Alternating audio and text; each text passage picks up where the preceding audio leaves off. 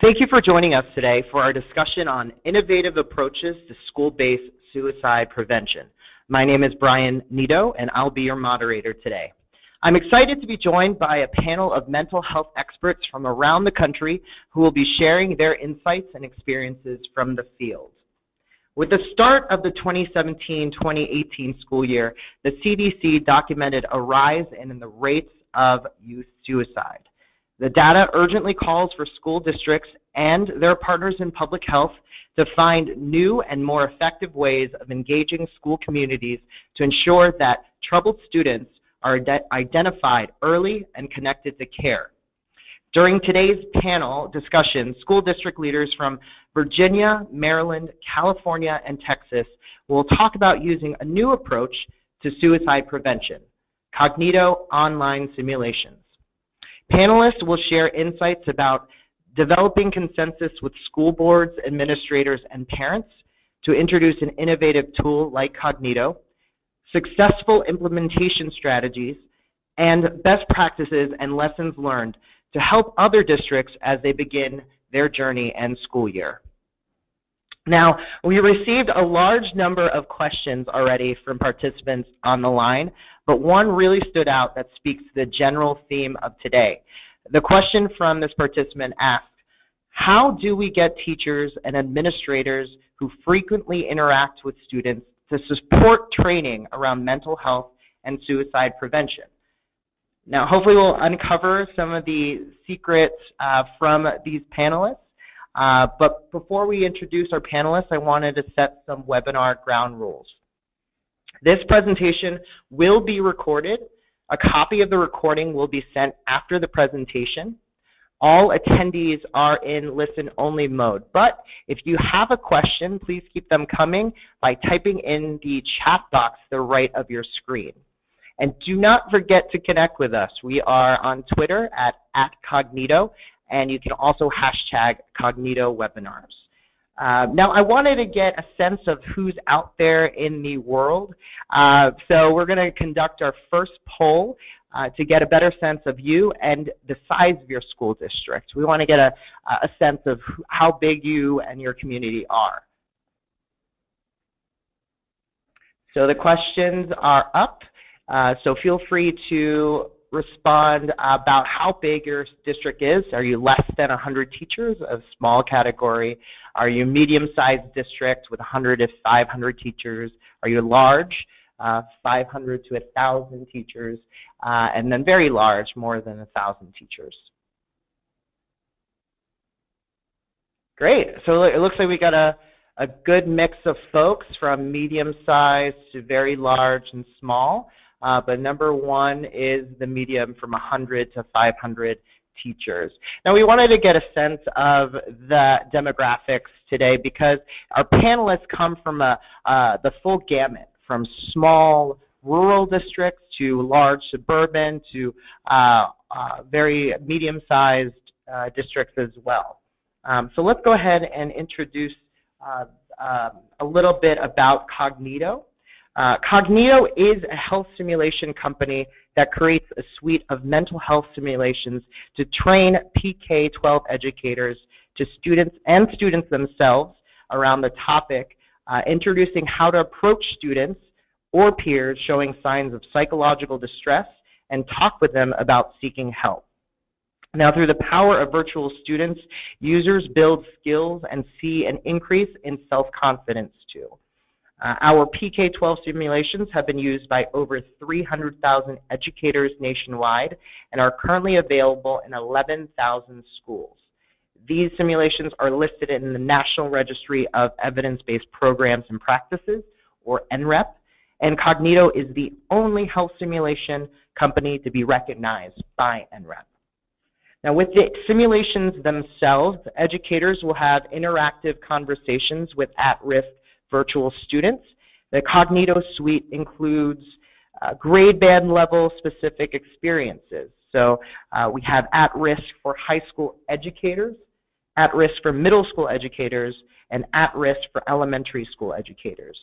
Each of these simulations were created with the help of mental health experts and educators to address mental health topics common to students within those grade band levels. So topics including cutting, drug use, bullying, home troubles, dealing with a family loss, having a withdrawn student, and then also suicidal ideation. Now, I wanted to introduce our esteemed panelists who will be sharing information about their roles and their respective districts. Today, we are joined by Karen Lee of Sequoia Union High School District in California, Mary Ann Penarelli of Fairfax County Public Schools in Virginia, Jennifer Lyon of Leander Independent School District in Texas, Cindy Schulmeyer of Howard County Public School System in Maryland. Now, I wanted to start off and hear a little about Karen and her school district. Thank you, Brian. We have a public high school district consisting of grades 9 through 12. We have 1,100 staff, so we're considered a medium to large district in that regard, and 9,900 students. Compared to the other three panelists who are going to be presenting today, we're actually the smallest. So I would like to reach out to those districts that can identify with being a smaller size. Our students are spread out across 6 school sites. We have a very diverse student demographic. We have 35% white, 46% Latino, 7% Asian. We have 2.5% African American students and 2.5% Pacific Islanders. And we've been partnering with Kognito since fall of 2016. So we've been a big fan of Kognito for the last year. Thanks, Karen. And let's hear from Mary Ann in Fairfax County. I'm so sorry. Let's hear from Cindy Schulmeyer from Howard County. I'm a large county. I'm just not as large as Fairfax. Hi, everyone. This is Cindy Schulmeyer. I'm the coordinator for school psychology with Howard County Public Schools, and I am also the chair of our mental health task force. We are a fairly large district, but not the largest in the area. As you can see, we have approximately 56,000 students with over 4,000 teachers. We do have 76 buildings in our area. What is unique about Howard County Public Schools is it's located approximately halfway between Baltimore and DC. So it's not uncommon for one member of the family to be employed in Baltimore and the other member to be employed in DC or any of the surrounding areas, because so our families do travel to their workplaces. We are currently a majority minority school system, and that shift happened for us about 4 or 5 years ago, but we are definitely still a suburban school system. So we do have just, 2 major cities, but then everything else is more suburban-like. Great, thank you. And let's hear from Jennifer in Leander ISD. Hi, this is Jennifer Lyon. I'm the counselor coordinator for Leander ISD. I also work with our social skills and social emotional learning programs. Leander ISD is just outside of Austin, Texas, so we're right in the middle of the state. We are one of the fastest growing districts in our state. We grow by about 1,000 students or 1 school building each year. We've opened a new school each year for the last 10 years and anticipate that growth lasting for another 10 years. So we were small and now we're very large. We have close to 39,000 students, almost over 4,000 staff members. We're up to 42 campuses and we have 2 alternative schools. We have a highly educated parent population with at least 50% of our parent population having a college degree. We also have less than 20% on free and reduced lunch. We have most of those clustered in certain schools in a northern part of our district. So we're not very diverse in that sense as far as socioeconomic status. We have very involved parents who care very deeply for their kids, and we focus a lot in our district on the whole child. We've had Kognito in place. This is year 3 for us, and so we're excited to be part of this program. Thank you, Jennifer. And last but not least, Mary Ann from Fairfax County. Thanks, Brian. We're the largest district of the groups that are here today. We're about 10th largest in the country, and as the slide says, we have about 188,000 students across 200 schools and centers. We have about 15,000 teachers, and with including other instructional staff plus support staff, we come in at about 25,000 employees altogether. We are suburban and outside of Washington, D.C. A lot of our parents work in Washington, D.C., and we have both a very well-educated parent population and people who work within the government very heavily, but we also have a very diverse population. We have about 190 different languages spoken. We're about 40% white, with other different groups making up the balance, and we have about 30% of our kids receive free meals. Thank you, Marianne. We look forward to hearing from all of you throughout today's discussion. I wanted to take the opportunity to highlight the topics we will be discussing today. The first one being what factored into deciding to use Kognito. Number two, how the panelists developed stakeholder buy-in and disseminated district-wide. The third, any potential barriers they experienced and how they were able to overcome them. The fourth, their district implementation pathways and chosen rollout strategies. And last, if they were to look back, what lessons learned and recommendations to those on the webinar today. So the first topic that I posed to the group, and I'll start with Karen, what factored into the decision to utilize Kognito within your school district? And Karen? Well, there were several factors. I had noticed in my position as wellness coordinator that over the past few years, our district staff were really feeling the need to be better prepared to have those difficult conversations with their students. And they have been concerned about this palpable and ever-increasing social-emotional needs of their students. And so they had reached out and asked, is there a way that we can receive some training? So the staff definitely made that message loud and clear. And then we looked at our student data. We have a California Healthy Kids survey that's distributed statewide here, and that has reflected the acute need for more student support. And then sadly, our local surrounding communities, I'm in the San Francisco Bay Area, have experienced loss due to teen suicide. And so one of our neighboring districts had experienced a recent suicide cluster in 2014-15. So that served as an impetus for this. I had been hearing endorsements about Kognito over the last year and a half or so. And I'll tell one quick story. We were in a mental health lead meeting, and I had brought up the topic of Kognito, and one of our mental health leads, she said, you know, my brother is a teacher in this big district in Virginia, the Fairfax district, and during our meeting she texted him, and she said, what do you think of the Kognito training? And he texted back right away, and he said, I've been a teacher for so many years, and Kognito is the best professional development training I've received. So right then and there, we got live endorsement from Fairfax. The other thing I wanted to point out that after doing our more thorough research, we did connect with Jennifer Spiegler and her team from Kognito. And I will say that since day one, Kognito's communication and their customer support has been top-notch. Thank you so much, Karen. And I'm glad we can bring the two worlds of Fairfax and Sequoia together on this call. Let's hear from Cindy. Just like Karen described, there were a number of factors that contributed to our decision to pursue Kognito. But really the stimulating factor was in the 2011-2012 school year, we experienced 3 of our students that died by suicide.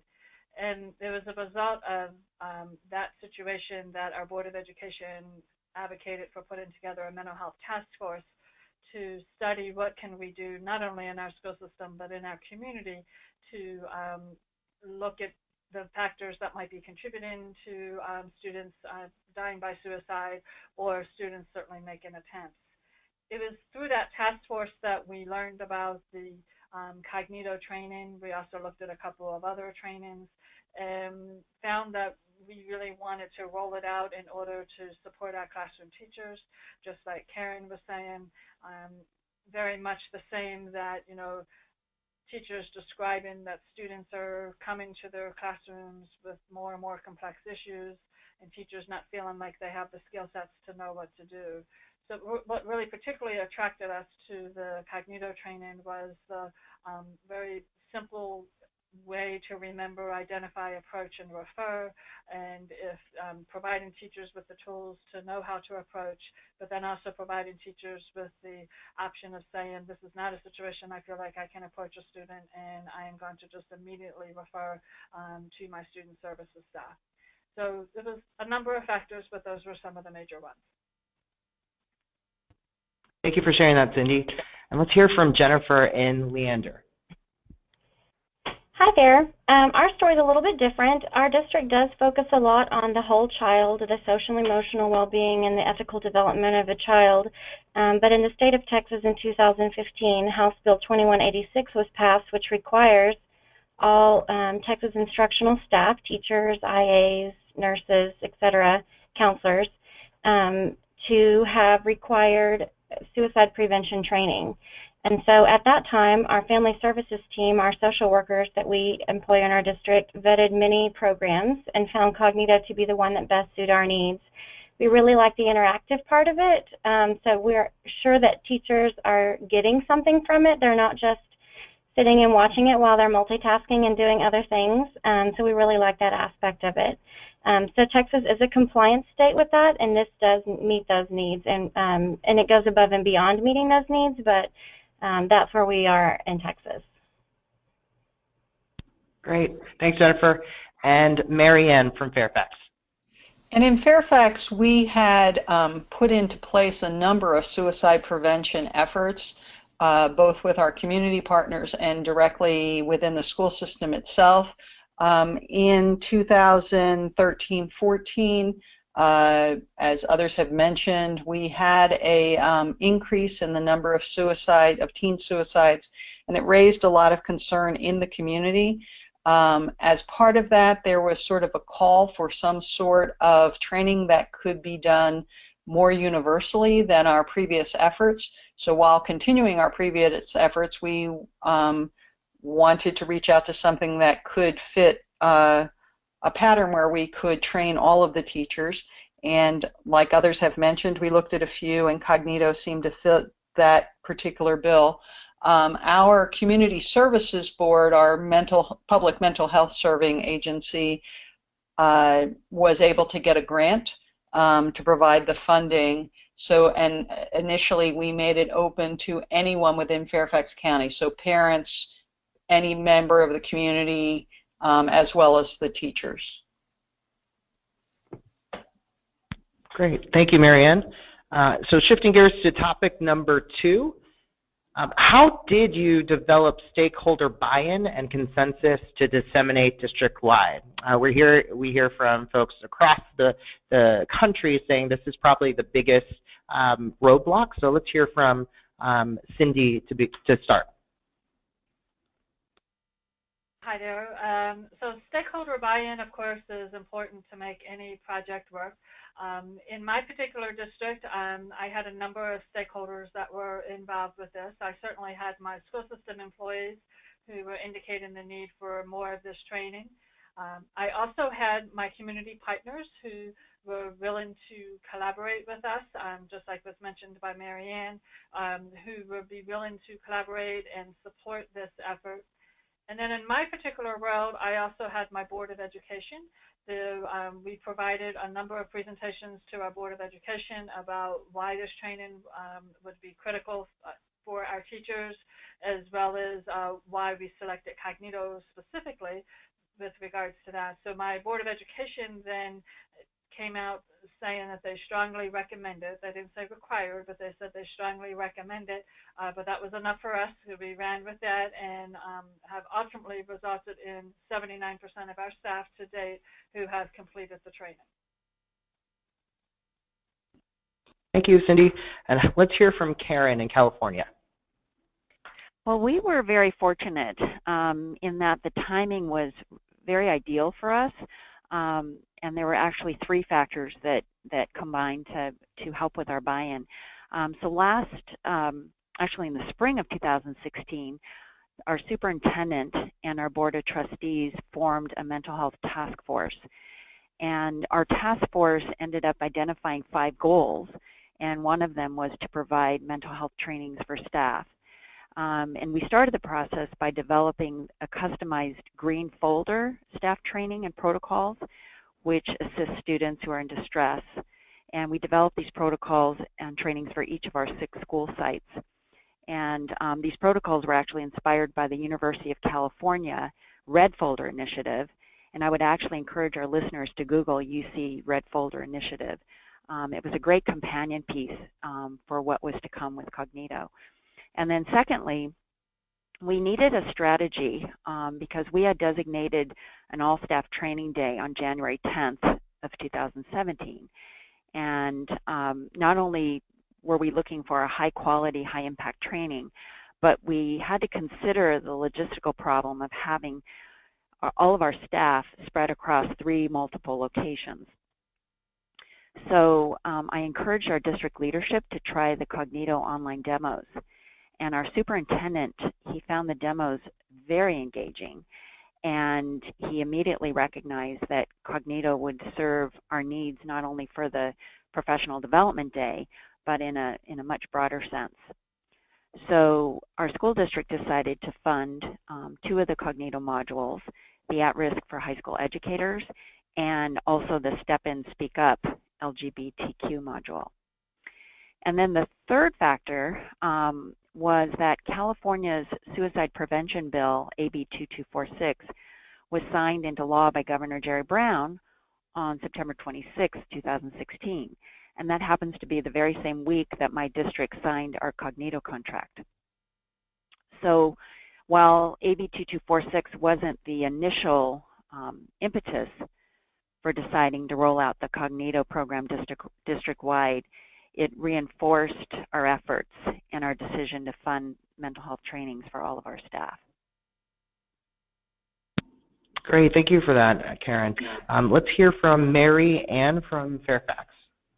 So with Fairfax, as I said, the Community Services Board had arranged the funding and had already agreed to the contract, so I did not need to get stakeholder buy-in initially for funding. However, as anyone who is in a large district will know, it is sometimes difficult to get something on the total agenda for professional development, and particularly something that we wanted to make mandatory so that we were sure that all teachers who would need this training were getting it. So initially we tried it in the spring with 2 high schools, and then took that feedback from the teachers from those 2 high schools to the superintendent's leadership team and ultimately onto the school board, and were then based on the feedback from the teachers about how helpful the training had been and how it filled a gap for them as classroom teachers. As was said about, as Karen was saying, we had a protocol established that our psychologists, social workers, and counselors were using, but this really filled a gap more specifically to teachers. And so with the feedback that we got from those teachers, we were given the go-ahead to make it a mandatory training. And we rolled out initially to high schools and middle schools the first year, and then shortly after that an elementary version about talking to parents came out, and so we rolled that one out as well. And at this point, all of our new teachers are required, and new counselors and new administrators are required to do the training. Great, thank you, Marianne. So it sounds like there are tactics that you all employed, from piloting to a small number of schools to mental health task force, utilizing Kognito demos, reaching out to community partners. But it segues nice into the next topic. What are the barriers, though, that you all faced, and how did you overcome them? Let's go ahead and hear from Jennifer in Texas. So I think the number one barrier for everyone in any educational system is time. We never have enough time to do all the things that we want to do, and we take so much time from staff for staff development and how do you fit one more thing in. And so that was a big barrier for us. So we started small with several schools, and I'll get into that more in the next question, but we decided that we were going to roll this out. When we rolled it out for our whole district, since we did it all in 1 year, we rolled it out to everyone, and we set aside time on a staff development day in the fall, and principals were given instructions to have their staff complete it on a given hour during that day. And so the counselors set it up and talked about it in a staff meeting, gave a little bit of background about why we needed to do this. For us, what we told our teachers, it's not because it's a compliance issue, but it's because it is what's best for kids.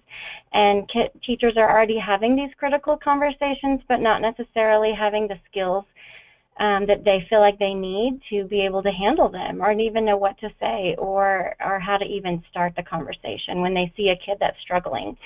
And so counselors set it up and we're available. I think that's an important thing too, is some of these simulations can bring up feelings in your own personal self when you take them, if you have experience with mental health issues or suicidal ideation, or have experienced that in your own family or your own personal life. So we always have counselors on duty on those days as well. So setting aside time during the school day on a staff development day was huge for us. Since then, we have not retrained every member of our staff, but we do train new to district staff members, and that gets rolled out, unfortunately, in their compliance videos that they watch at the beginning of the year. So compliance tracking is also a barrier, and that's my job this year. And you just get with your IT team and your human resources, and you develop some good reports that you can run, so that you can run the reports that Kognito sends you against your own staff reports to try to make sure that your compliance is matching up in that way. One other barrier that we faced was funding. The state funded our subscription to Kognito the first year because I think they mandated that everyone do this, and so they provided the funding, and then the funding went away. But the nice thing was that our stakeholders had already bought into this program and believed in it and saw good results. And so the program sold itself, and so we were able to fund it through our own district funds once the state funding had went away. Those were some of our big barriers. Great. Thank you, Jennifer. Let's hear from Mary Ann on barriers in her county. And I think that in Fairfax County we faced very similar barriers, perhaps just bigger because we're bigger. I mean, in terms of the structure that we had to put into place to make sure that things were working. We had professional development days. By the time we wanted to roll this out, all the professional development days had already been trained, and there was an hour here or an hour there, but nothing that would be consistent across all schools. So what we did was we offered our school principals the opportunity to pick any 3-week period that they wanted their staff to complete this training.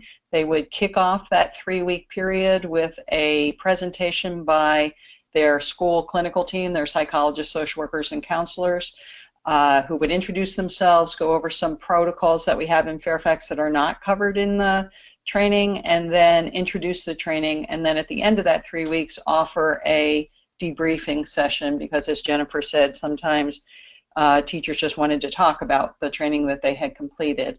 We too had something of a barrier when it came to being able to track.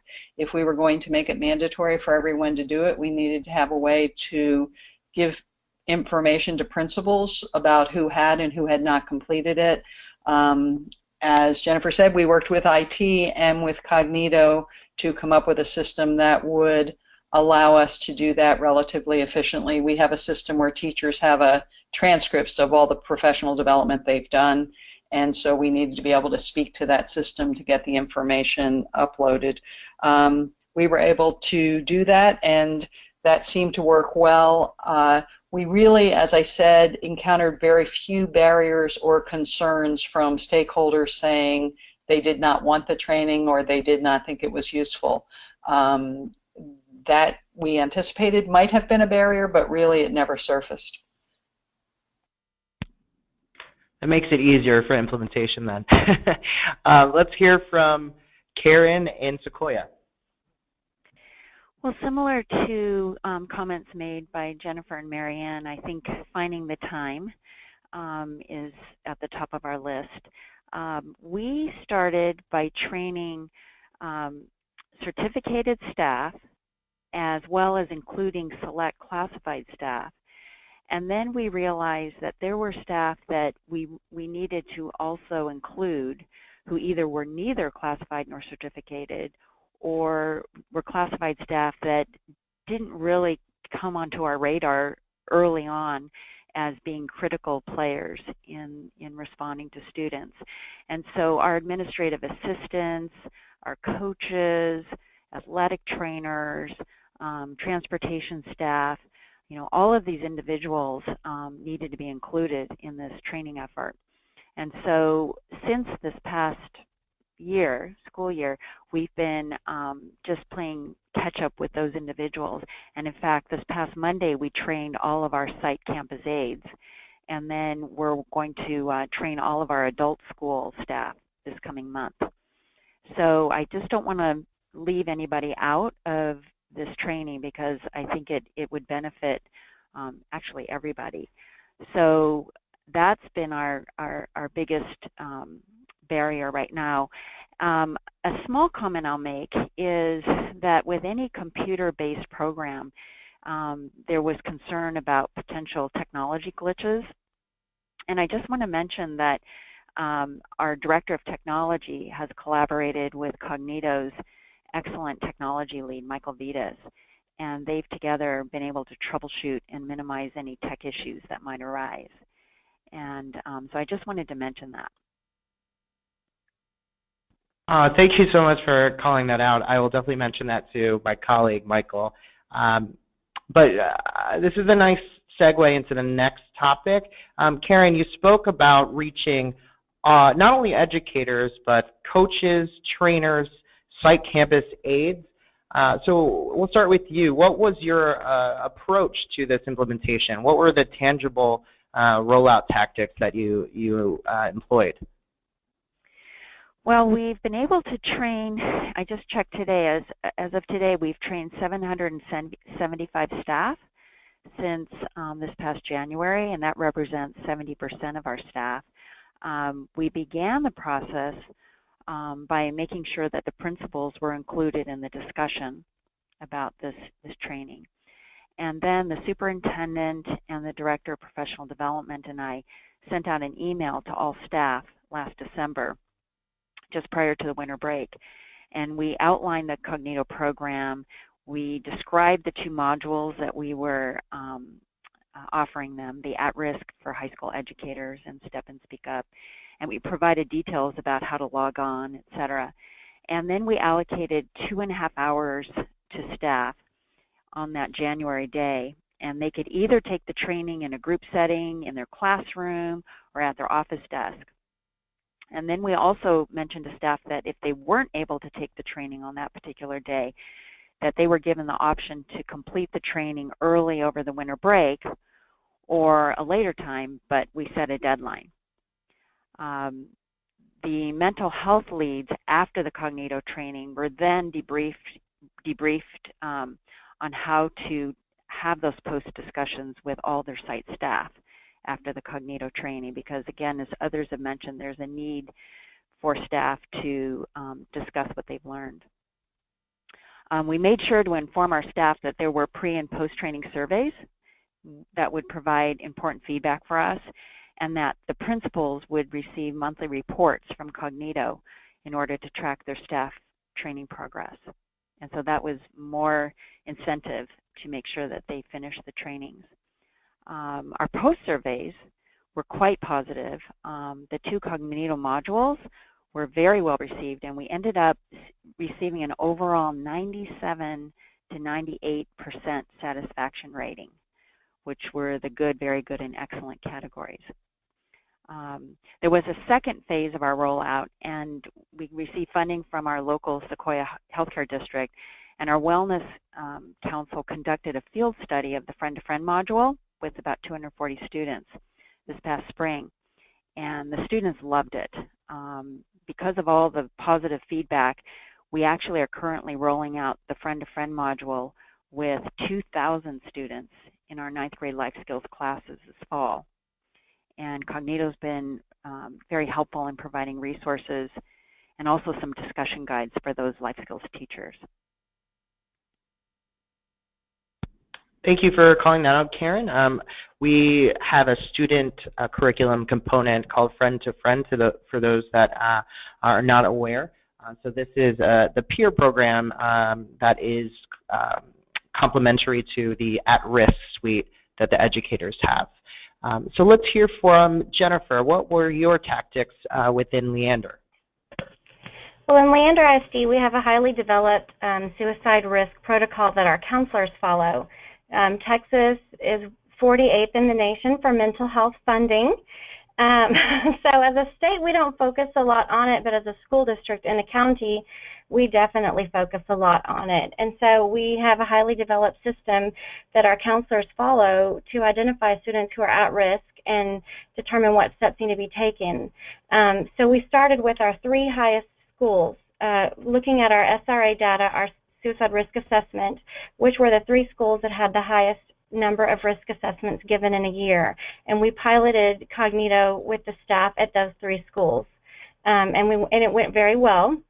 We again had counselors introduce it at a faculty meeting, and then the teachers went to their room. It was typically on a staff development day, went to their room, did the training, and then the next week at the faculty meeting, and we followed the same protocol as we rolled it out to every other campus.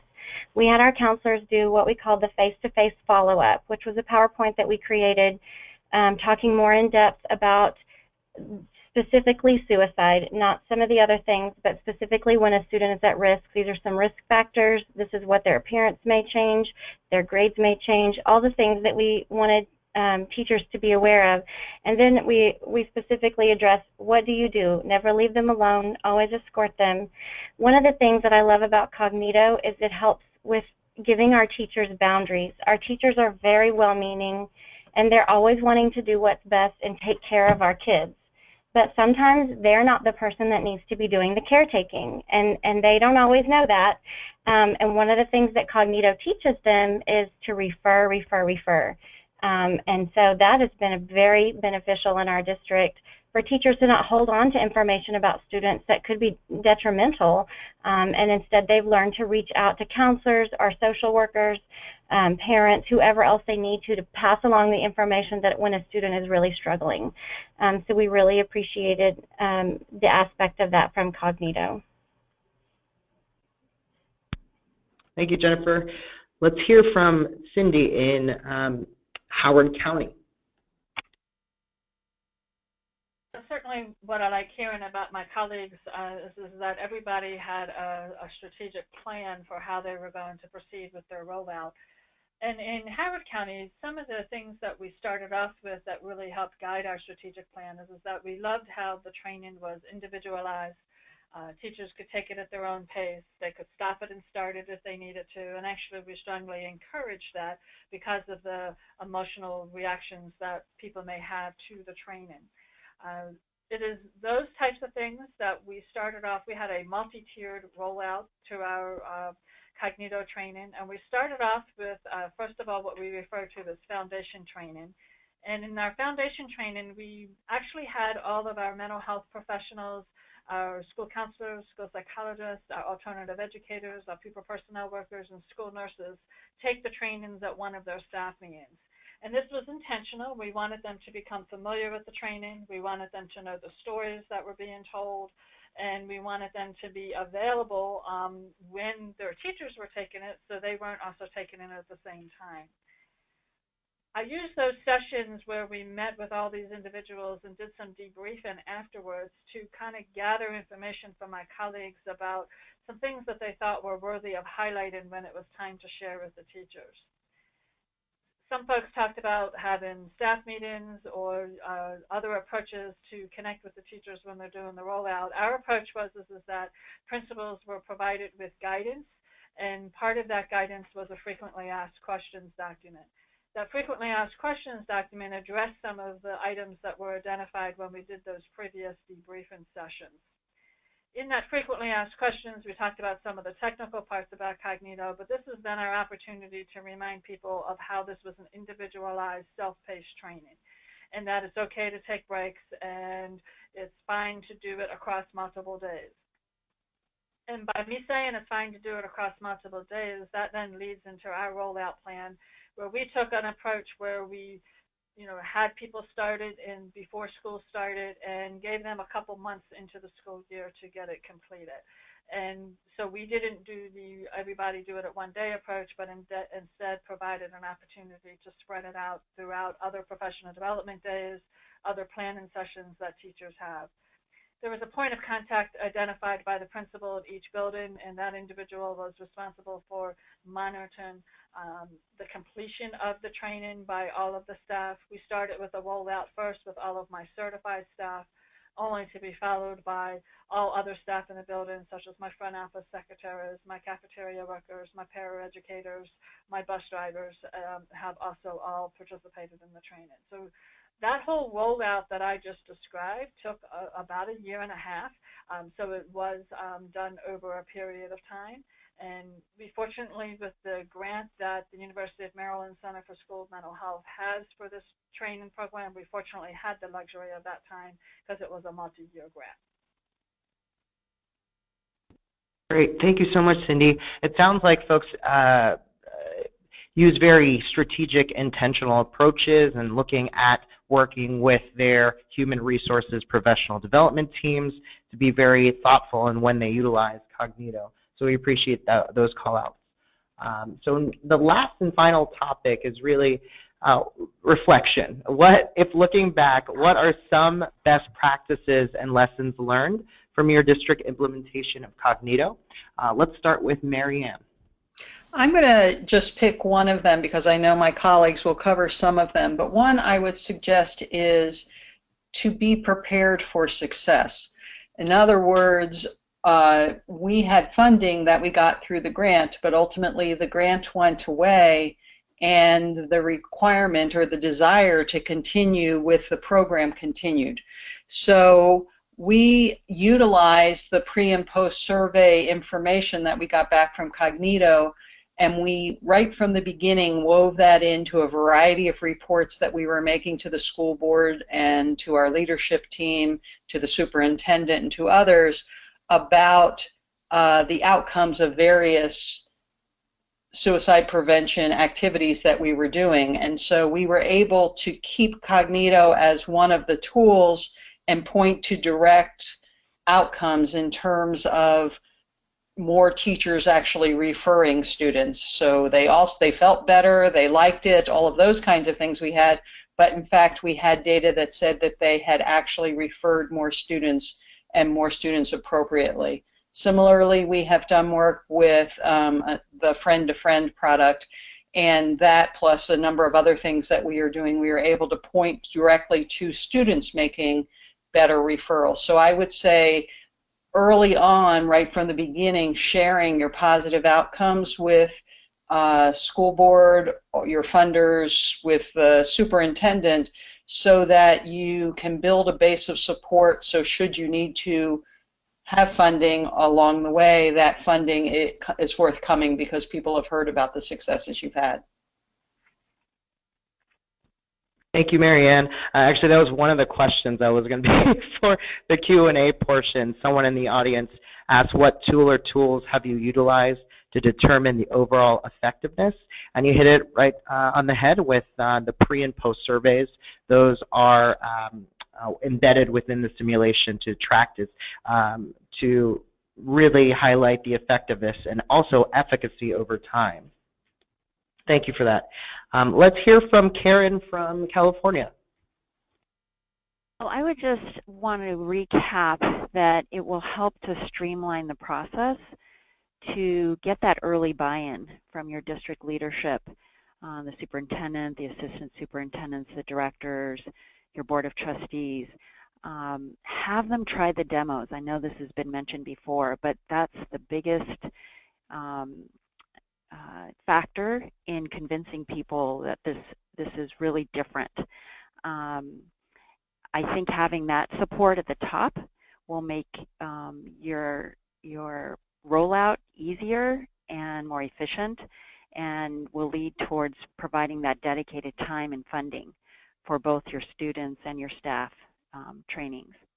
And then the second thing I would mention is really lean on your data, both the quantitative and qualitative data, to highlight the need for funding the staff and student trainings, and also to demonstrate the effectiveness of the Kognito program. As I mentioned before, you can't argue with a 97 to 98% satisfaction rating from educators. And as we know, they're a pretty discerning bunch. And as Marianne said, share your successes. Our 8 feeder districts, which are all K through 8s, are interested in adopting a Kognito program within their districts. And we have 23 districts in our county under the San Mateo County Office of Ed that are also hearing about this program. So it's exciting to spread the news. Thank you, Karen. You mentioned the demos. We will be sending as a follow-up a demo link in our follow-up email to all the registrants and everyone on the call today. So let's hear from Cindy in Howard County. Sure, I'll add another twist to the conversation. The piece that I have been able to increase buy-in, as well as help spread the word about why this is an important training for individuals of all positions who are working in our schools, is really, while certainly Kognito is designed and developed to be a suicide prevention program, it also, I find, for individuals who may not be as comfortable in communicating with students, but it is also a way just to identify any type of psychological distress. And really, our message that has accompanied the rollout of the training is that teachers, we're not asking you to be able to identify the markers of suicide in a student, but what we are asking you to do is to identify when something's not right. You know the students, you see them on a day-to-day basis, you know when something is different, you know when something is not right. And when you know that something's not right, that's where we need to make the referral so that our student services staff or other individuals can become more involved with that student and provide supports as needed.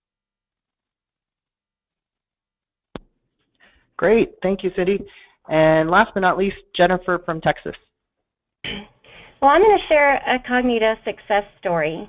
So 3 years ago, when we first rolled this program out in our district, I was a counselor on a campus, and I had been counseling a student, a middle school student who had been having a lot of mental health issues, and we determined that she needed psychiatric treatment. So she went to a psychiatric hospital right before our winter break, and when she came back, she was back on campus probably about 3 or 4 days.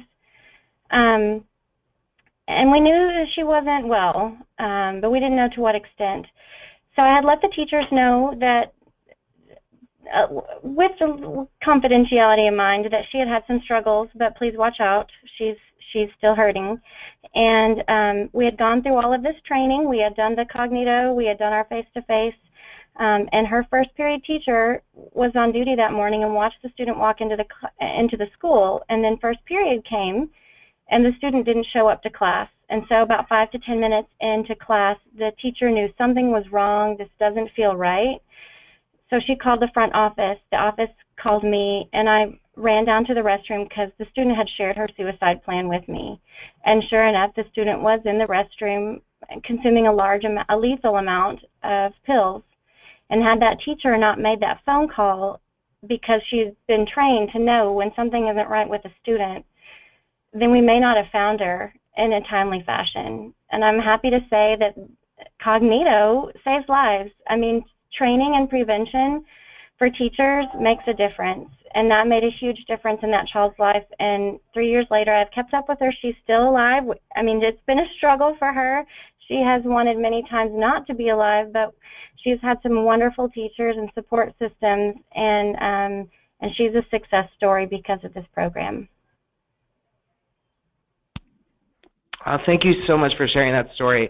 It's not the first time I've heard that, and it's still evokes a lot of emotion, and it ties back to the importance of these efforts that you all are doing, and I thank you all for utilizing Kognito to support those efforts. So I wanted to just open up the floor to the question and answer portion.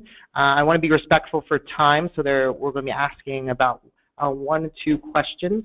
The first question we received from attendee, it's directed towards Cindy. Cindy, do you find that educators are overwhelmed with the responsibility of educating, but also to be trained in mental health issues to a point where they can identify their students who may be at risk? Well, certainly I think none of us would argue that educators are overwhelmed with lots of responsibilities. I find that many of the educators are here for a reason, and they're here to support our students, and that is really their driving force. And so while certainly teaching is one of their responsibilities, they also care for their students. And I think it's that care for their students that we're able to really address and say, by caring for your students, you are helping us identify students who we need to be concerned about. And then we, as the student services staff and other professionals in the school building, can provide the additional supports and services that were needed. It definitely is a balancing act, and I'm not going to sit here and tell you that there aren't any educators that would not agree with that statement, but my experiences has been that it's more the educators are going to agree and recognize that this is part of what they are doing when they are working with students on a day-to-day basis. Great, thank you, Cindy. This next question is for Jennifer. What has been the best way to involve parents? I think you spoke about this a little earlier. What is the best way to involve parents in this discussion of prevention? And more importantly, how do we get teachers and administrators to support training such as this? Well, unfortunately, last year in our district, we had a large number of students take their lives, and so we've had a very large parent involvement piece as a result of that. I think we have to focus on preventative measures. I think we can't always be reactive, and one of the things that I like about Kognito is it's helping teachers learn to identify when something is going wrong with a student.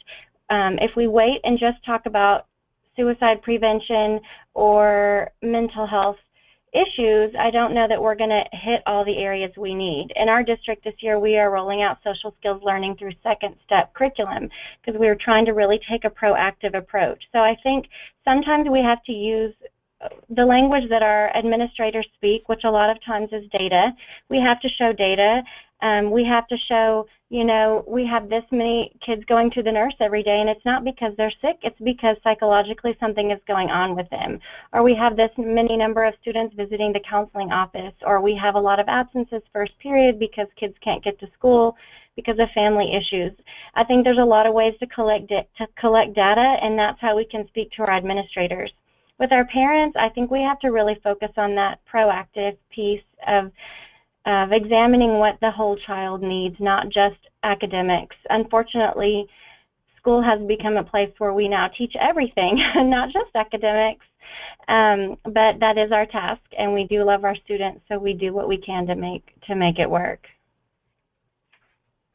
Thank you so much for that. Let's hear from Marianne from a larger school district perspective. I just wanted to add that when it came to involving the parents in particular, we really, quite honestly, struggled with that. We would hold parent nights, we would do weekend activities, we would do a variety of different things, and very often the number of staff there outnumbered the number of parents who were coming to the meetings. We ultimately partnered with a group of parents who came and said, how can we help, what can we do? And they ultimately formed a parent organization that they called Community of Solutions, and they did direct outreach to parents and have set up a variety of different opportunities that range from sort of taking a walk, doing suicide walk challenges, doing a variety of different things, as well as information meetings, as well as setting up parent support groups.